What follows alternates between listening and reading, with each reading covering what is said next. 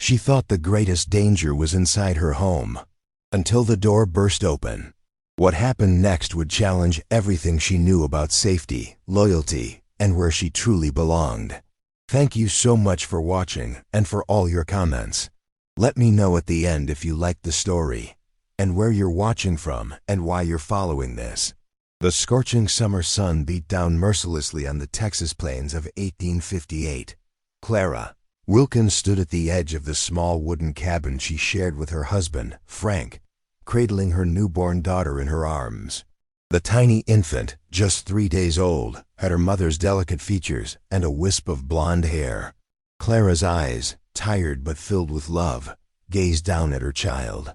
"Sarah," she whispered, "my little Sarah." The name felt right on her lips, a tribute to her own mother who had passed away years before. The sound of approaching hoofbeats made Clara's heart sink. Frank was returning from town earlier than expected. She hurried inside, placing Sarah in the small wooden cradle Frank had reluctantly built months ago. Her husband had made it clear he wanted a son, not a daughter, and his disappointment had been palpable when Clara had given birth to Sarah. The door swung open with a bang, and Frank Wilkins stomped in, his face flushed from whiskey and anger.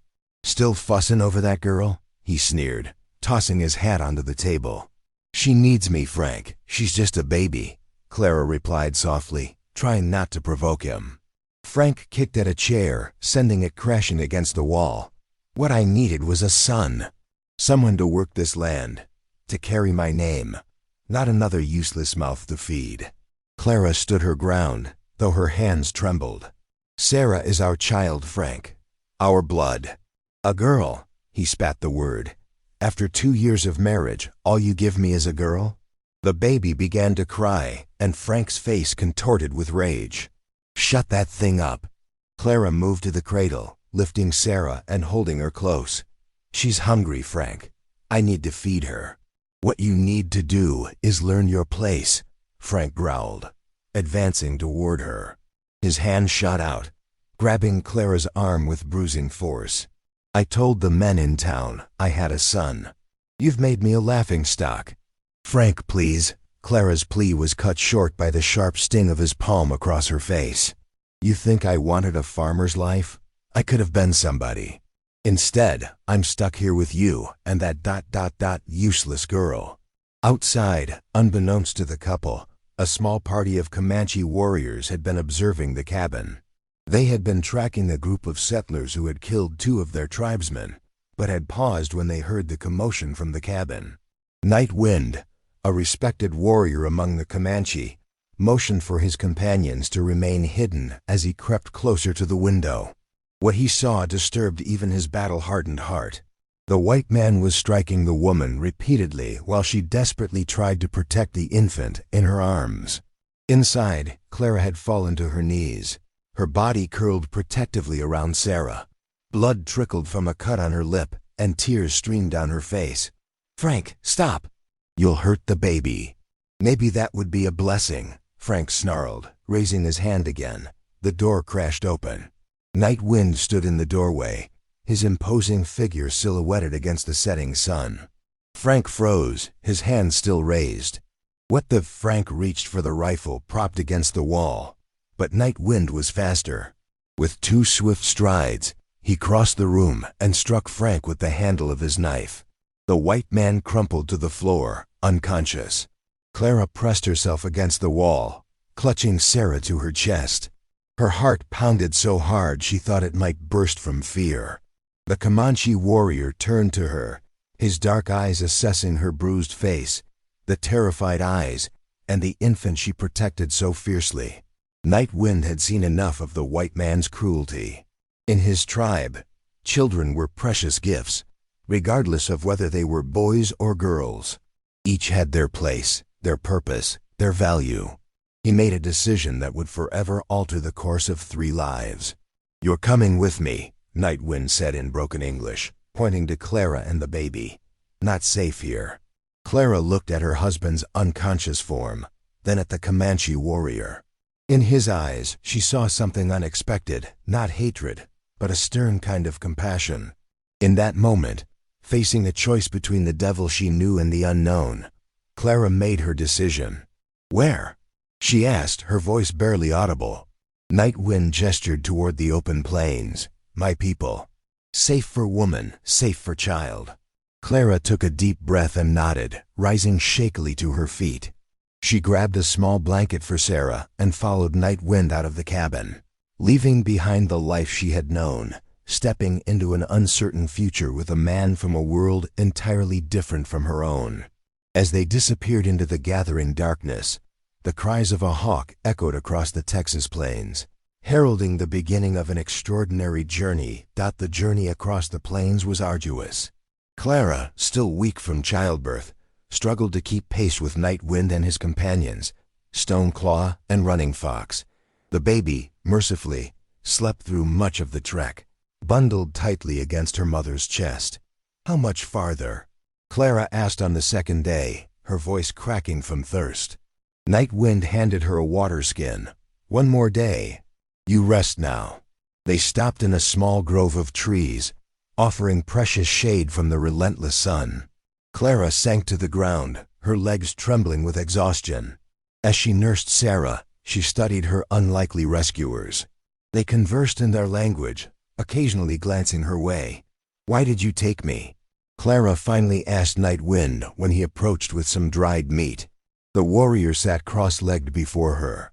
"My mother," he began, searching for the English words. "She teach. Child sacred. Man who hurt mother and child." He made a dismissive gesture. "No honor. Your people won't harm us?" "Some not happy," Night Wind admitted. "But our chief, he wise man. He listen." Clara nodded, trying to quell her fears. She had heard terrible stories about the Comanche, tales of brutal raids and captives tortured. Yet the man before her had shown her nothing but stern protection. "My name is Clara," she offered. "This is Sarah." Night Wind nodded. "Night Wind," he replied, touching his chest. He pointed to his companions, Stoneclaw, Running Fox. That night, as they camped under the stars, Clara couldn't sleep. Sarah fussed, perhaps sensing her mother's anxiety. Clara hummed softly, rocking her daughter. "Small voice, big spirit," Night Wind commented, appearing beside her. Clara startled. "She's hungry and afraid." "Like her mother." Night Wind's expression softened. "My sister have baby last moon. She help you. You have family waiting?" Clara asked, suddenly curious about this man who had upended her life. "Wife, 2 sons." A flicker of pride crossed his face. "And mother, she teach you our ways." "What if I don't want to learn your ways?" Clara challenged, a flash of defiance breaking through her fear. Night Wind studied her. "Then you go, when you strong, when safe." He gestured to Sarah. "But where?" "Your man, he not want girl child." The truth of his words struck Clara like a physical blow. Where would she go? Back to Frank, who had beaten her for bearing a daughter. To a town where a woman alone with a child would find no welcome.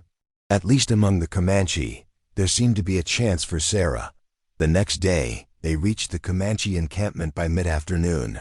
Tippis dotted the landscape, smoke rising from cooking fires. Children paused in their play to stare at the white woman and her baby. Women stopped their work, expressions ranging from curiosity to hostility. Night Wind led Clara directly to the largest tipi in the center of the camp. Outside stood an older man, his face lined with wisdom and experience. This, Clara realized, must be the chief. "White Buffalo," Night Wind greeted him respectfully in Comanche before explaining Clara's situation. The chief listened intently, his eyes never leaving Clara's face. Finally he spoke, with Night Wind translating. "He says you may stay until you are strong again. You and the child will be under my family's protection." Relief washed over Clara. "Thank you," she whispered. White Buffalo nodded, then spoke again. "He says a child is a blessing from the Great Spirit. Boy or girl, they carry the future in their hands." Tears sprang to Clara's eyes. How different from Frank's cruel dismissal of their daughter. Night Wind led Clara to a tipi near his own. "My mother, Morning Star, and sister, Swift Deer, live here. They help you." An elderly woman emerged from the tipi, her face weathered but her eyes sharp and alert. Behind her came a younger woman holding an infant. Morning Star approached Clara without hesitation, gently touching Sarah's head. She spoke in Comanche, her voice warm. "She welcomes the small one to our people," Nightwind translated. "She says the child has strong spirit, like the hawk that circled when we found you." Swift Deer stepped forward, smiling shyly as she showed Clara her own baby, a boy about a month old. "My sister says the children can grow together," Nightwind explained. For the first time since giving birth, Clara felt something other than fear or pain. It wasn't quite hope, not yet, but perhaps its distant cousin, possibility.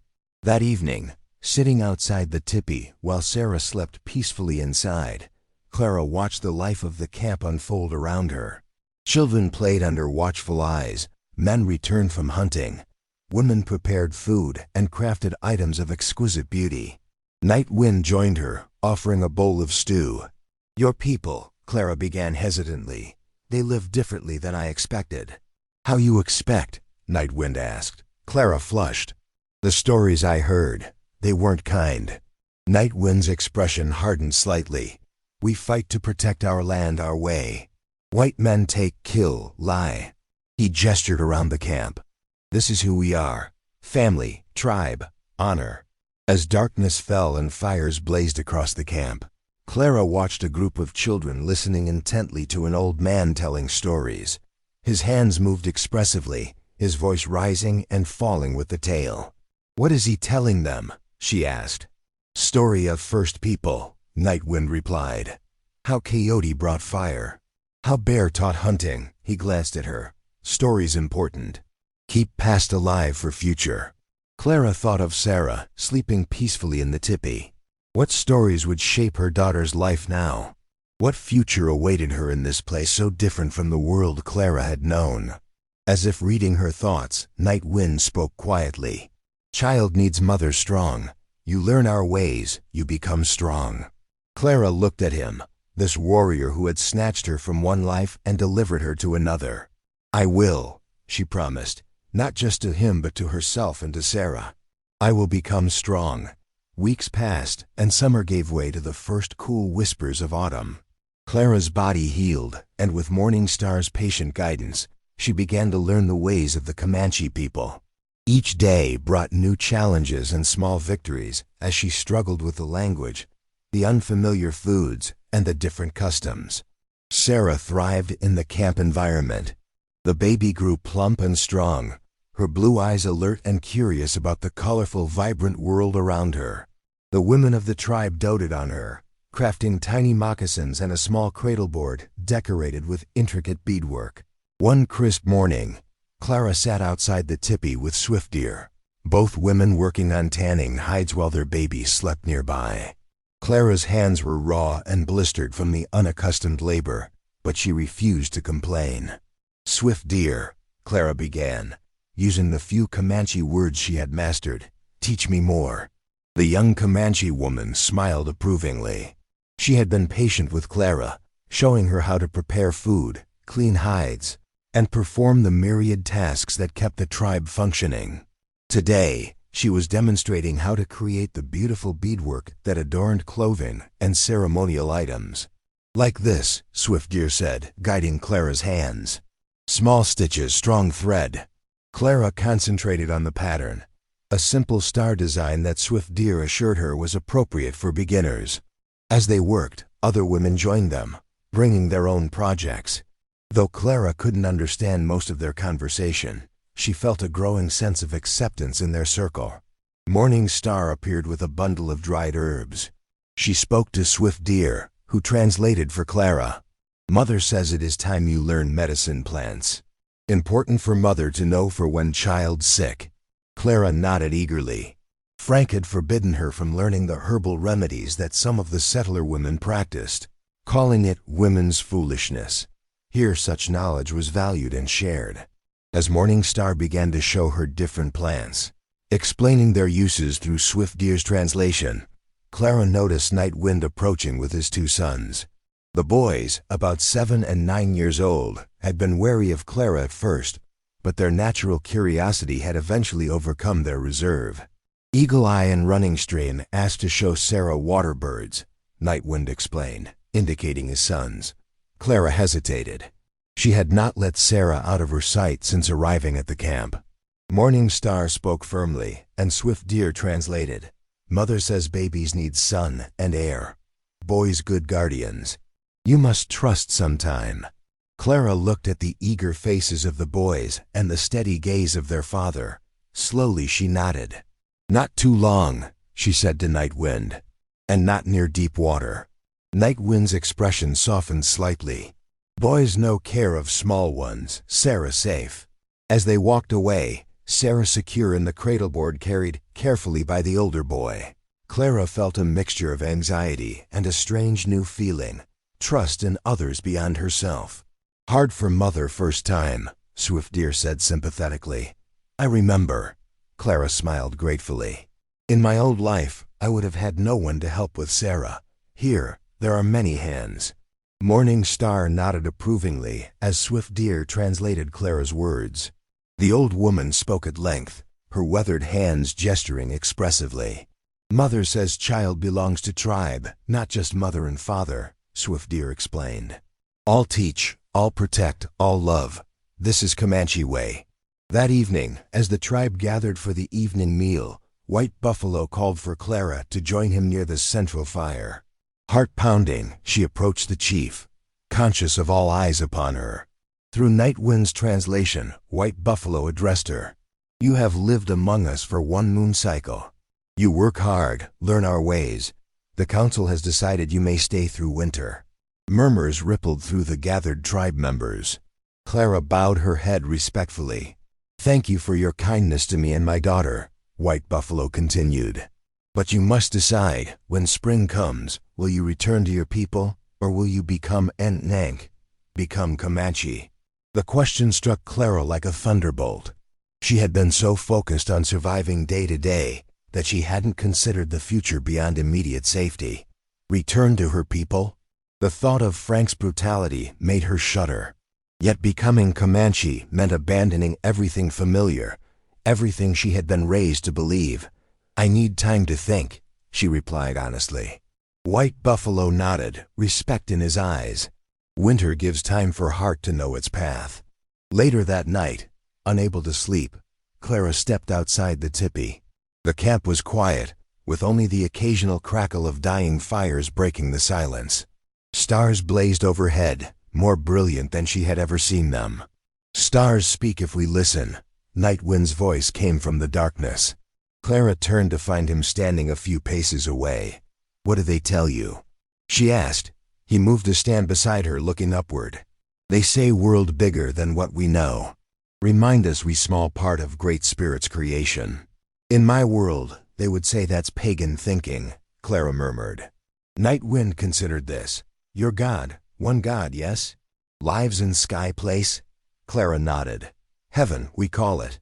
Our Great Spirit in all things, sky, earth, water, fire, in people, animals, plants. He gestured broadly. Not separate from world, part of world. Clara pondered this. That's beautiful, she admitted. Different from what I was taught, but beautiful. They stood in companionable silence for a moment. White Buffalo asked hard question, Nightwind finally said. Yes, Clara agreed. I don't know what to answer. What heart say? Clara placed a hand on her chest. My heart is confused. I fear my old world, but I'm not sure I belong in yours. Nightwind's expression was thoughtful. Belonging takes time. Like learning language, learning ways, cannot rush. And Sarah? What world should she belong to? Child has two bloods now, Nightwind replied. Comanche not her blood, but Comanche in her spirit already. She grow with both, perhaps. Clara considered his words. Sarah was indeed thriving here, loved and cherished in a way Frank would never have offered. Yet could Clara truly raise her daughter as Comanche? Would the tribe ever fully accept them? Winter comes, Nightwind said, nodding toward the horizon where the first light was beginning to appear. Many days to decide. As Clara watched the sunrise paint the sky in brilliant hues of pink and gold, She realized that for the first time since Night Wind had appeared in her cabin doorway, she was thinking not just of survival, but of living. Whatever she decided when spring arrived, she was no longer simply Frank Wilkins' disappointed wife, or even just Sarah's protective mother. She was becoming someone new, someone stronger, someone who might, in time, find her own place under these vast star-filled skies. Winter descended upon the plains with unforgiving ferocity. The Comanche camp had moved to a more sheltered location near a wooded creek, where the trees provided some protection from the biting winds. Inside the tipis, fires burned constantly, their smoke escaping through openings at the top, while thick buffalo hides kept the worst of the cold at bay. Clara had grown stronger over the months. Her hands, once soft from her settler life, were now calloused and capable. She spoke enough Comanche to communicate her basic needs and had earned respect for her willingness to work alongside the women of the tribe. Sarah, now 7 months old, was crawling energetically and babbling a mix of sounds that belonged to no particular language. On this particular morning, Clara sat with Morning Star, carefully sorting through the old woman's collection of dried herbs and medicines. Winter illness had struck several children in the camp, and Morning Star was teaching Clara to prepare remedies. "This for fever," Morning Star explained in her limited English, holding up a bundle of dried leaves. "This for cough," she added, indicating another herb. Clara nodded, concentrating intently. "Like this?" she asked, mixing the herbs as she had been shown. Morning Star smiled approvingly. "Good, you learn fast." Their work was interrupted by Swift Deer, who entered the tipi with her son bundled tightly against the cold. Her expression was troubled. "Scouts return," she said to Clara in Comanche. "White men looking, many men." Clara's heart froze. "Looking for what?" "For white woman and child," Swift Deer replied. "Your man leads them." Frank, the name she had not spoken aloud in months, crashed through Clara's mind like a thunderbolt. He was searching for her, not, she was certain, out of love or concern, but out of wounded pride. A man whose wife had been stolen by Indians would be a laughingstock unless he reclaimed his property or exacted revenge. White Buffalo called a council meeting immediately. Clara, as the subject of discussion, was permitted to attend. She sat beside Morning Star, Sarah sleeping peacefully in her cradleboard as the men of the tribe debated their options. "They come with guns, many guns," one warrior reported. 20, maybe 30 men. "We should move camp further south," another suggested. "Avoid fight before winter's end." "No," countered Stoneclaw. "They follow tracks in snow. Better to stand and fight on ground we know." Night Wind, who had remained silent until now, finally spoke. "This is not war party. This is one man's pride, one man's shame." He looked directly at Clara. "Should white woman not decide?" All eyes turned to Clara. White Buffalo nodded for her to speak. Clara rose slowly, gathering her courage. She had practiced her Comanche diligently, and now she must use it to make the most important speech of her life. "I came to you afraid," she began, her accent thick but her words clear. "You gave me and my daughter shelter, food, protection. You taught me your ways." She took a deep breath. "Frank Wilkins does not seek me from love. He seeks me as a man seeks stolen horse, as property." Murmurs of understanding rippled through the council. "I do not wish blood spilled for me," Clara continued. "Neither your blood nor theirs." She paused, an idea forming. "Let me speak to them, alone." Protests erupted immediately. Night Wind shook his head firmly. "Too dangerous." "Listen," Clara insisted. "Frank is proud man, shamed man. He needs to show other men he is strong. If I go to him, speak to him, maybe I can end this without fight." White Buffalo considered her words, then spoke to Night Wind, who translated for Clara. "Chief says your courage honors our people, but you cannot go alone. Night Wind and 3 warriors will accompany you, remain hidden unless needed." Clara nodded, both relieved and terrified. "When?"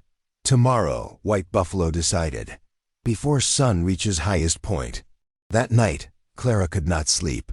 She held Sarah close, inhaling the sweet scent of her daughter's hair, listening to her soft breathing.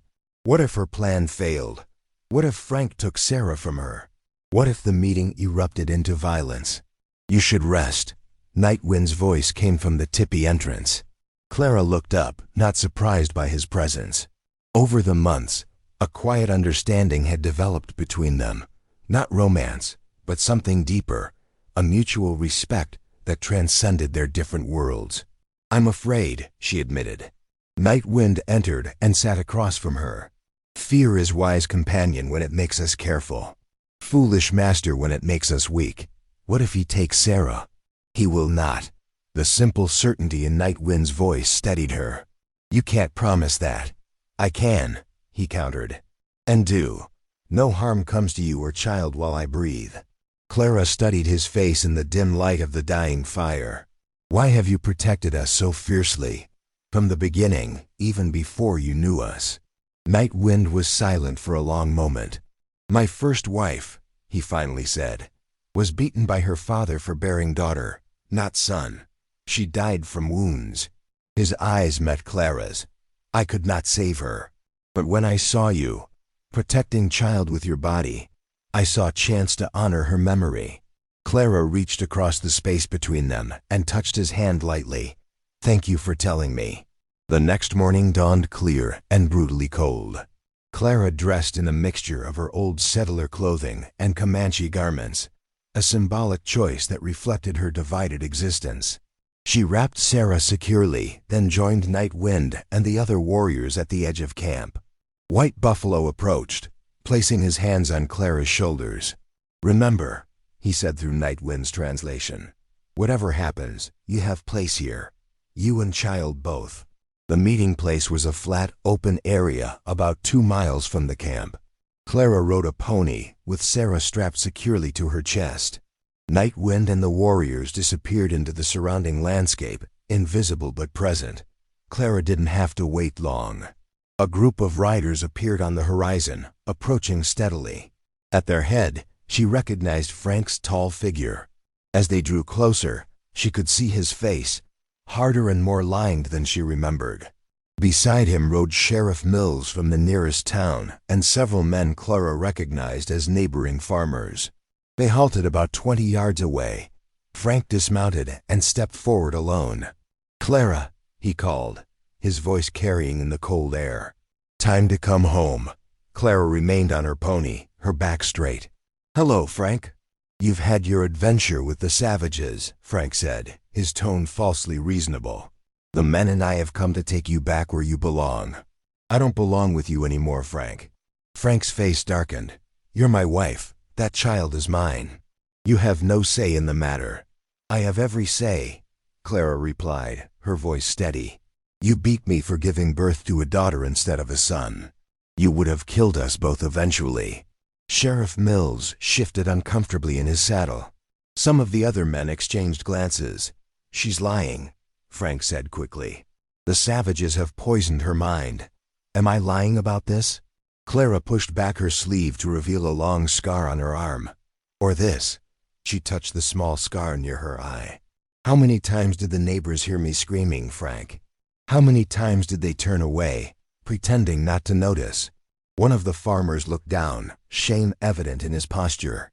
"You're coming home," Frank insisted, taking another step forward. "Now." Clara shook her head. "No, Frank, I'm not. I'm filing for divorce." A ripple of shock went through the men. Divorce was rare and scandalous.